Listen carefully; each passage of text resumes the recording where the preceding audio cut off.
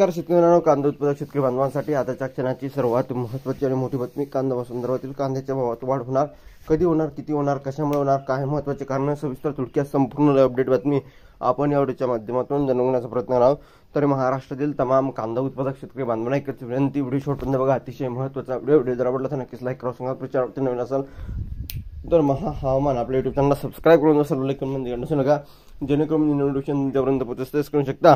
एकंदरीतच या ठिकाणी दरात तफावत महत्त्वाची बातमी आहे. स्क्रीनवर शकता. उष्णतेची लाट आणि सतत नंतर संततधार व वातावरणातील चाळीतील कांदा मोठ्या प्रमाणात खराब होत आहे.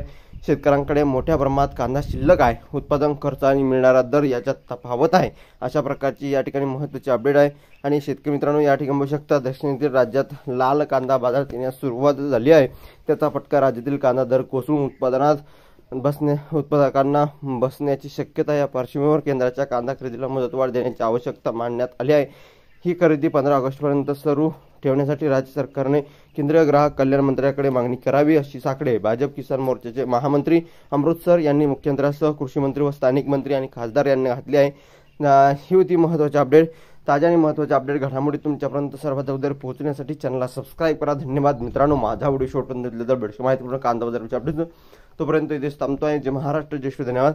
लाईक, शेअर आणि सबस्क्राईब आणि कमेंट करा. सांगा तर भेटूया पुढील व्हिडिओमध्ये अशाच एका माहितीपूर्ण कांदा बाजाराची अपडेट. तोपर्यंत इथेच थांबतो आहे. आणि एकंदरीतच कांदा गडगडल्याने भाजप किसान मोर्चा अस्वस्थ आहे. मुख्यमंत्र्यांना साकडे त्यांनी या ठिकाणी घालले आहे.